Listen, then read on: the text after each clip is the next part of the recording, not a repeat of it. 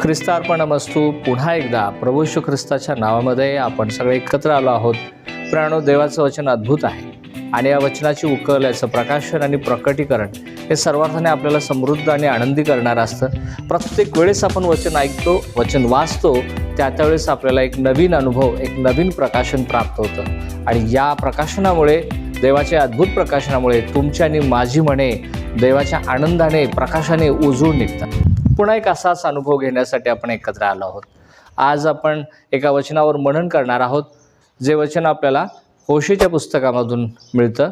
होशे 6:6. मी यज्ञाचा नाही तर दयेचा भुकेला आहे. अनेक वर्षापासून यहुदी संप्रदायाला किंवा धर्ममार्तंडांना आणि अभ्यासकांना हे वचन माहीत होतं आणि तरीसुद्धा मत्तेकृत शुभवर्तमानामध्ये प्रभू येशू ख्रिस्ताच्या उपस्थितीमध्ये प्रभू येशू ख्रिस्ताला पुन्हा या वचनाची त्यांना आठवण करून देणं भाग पडलं, जिथं ते त्या धर्ममार्तंड यहुद्यांना आणि याजकीय वर्गातील पुढाऱ्यांना प्रभू सांगत आहेत की मला यज्ञ नको, दया पाहिजे. मला यज्ञ नको, दया पाहिजे. याचा अर्थ तुम्हाला ठाऊक असता तर तुम्ही निर्दोषांना दोष लाविला नसता. सर्वार्थाने प्रभू येशू ख्रिस्त आमचा पाठीराखा आहे.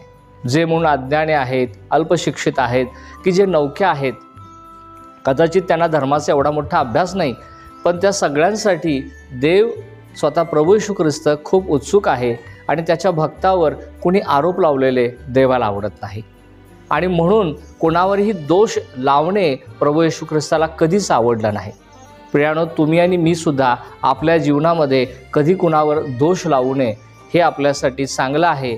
इतरांच्यावर दोष लावू नये हे आमच्या दृष्टीने एक उत्तम धार्मिकतेचं लक्षण होऊ शकतं. प्रियानो, तुम्ही आणि मी देवाची मुले म्हणून एकमेकांच्यावर दया करण्यास आम्ही तत्पर राहूया.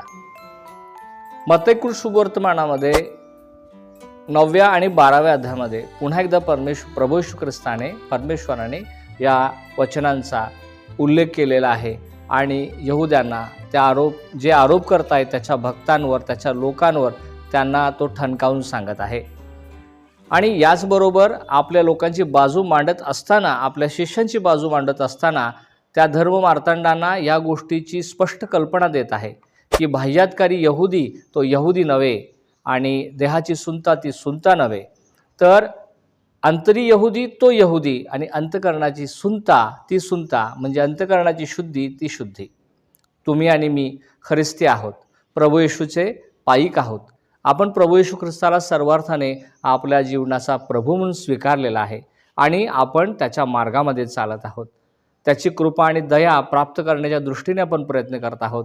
आपण चुकतो, आपण चुकणारे आहोत आणि म्हणून जर आम्ही चुकणारे आहोत तर आम्हावर कुणी दोषारोप करू नये किंवा आपण कुणावरही दोषारोप करू नये, कारण कोणी मनुष्य देवासमोर नीतिमान ठरू शकत नाही, आपल्या कर्मांनी तर नाहीच नाही.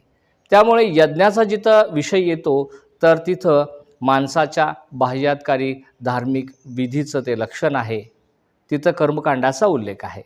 यज्ञ म्हणजे बली, यज्ञ म्हणजे अर्पणे, यज्ञ म्हणजे विधी. आणि विधी आणि कर्मांनी मनुष्य देवासमोर नीतिमान होऊ शकत नाही. याच्याही पेक्षा जे महत्त्वाचं आहे, जे देवाला आवडतं, ती म्हणजे अंतःकरणातली दया.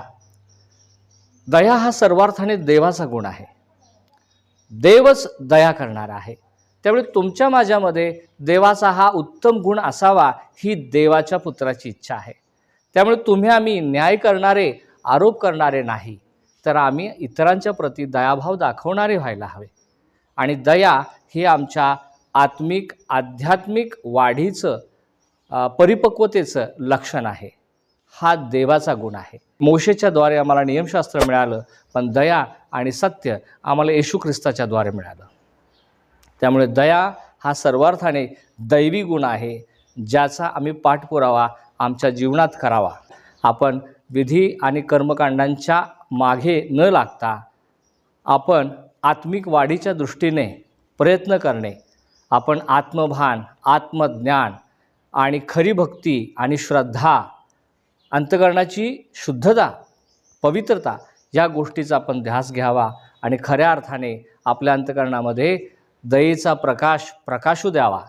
या प्रकाशामध्ये ते लोक आपल्या जवळ यावेत, देवासाठी आसुसलेले लोक आपल्या जवळ यावेत आणि त्या प्रकाशामध्ये तुम्ही आणि मी सगळ्यांनी आनंद करावा, अशा प्रकारची कृपा आणि दया प्रभू येशू ख्रिस्त, देव जो पिता आणि परमेश्वर आणि तो पवित्र आत्मा तुमच्या आणि माझ्या जीवनामध्ये करावा, अशीच एक सदिच्छा आणि प्रार्थना करतो आणि मी आपली तात्पुरती रजा घेतो.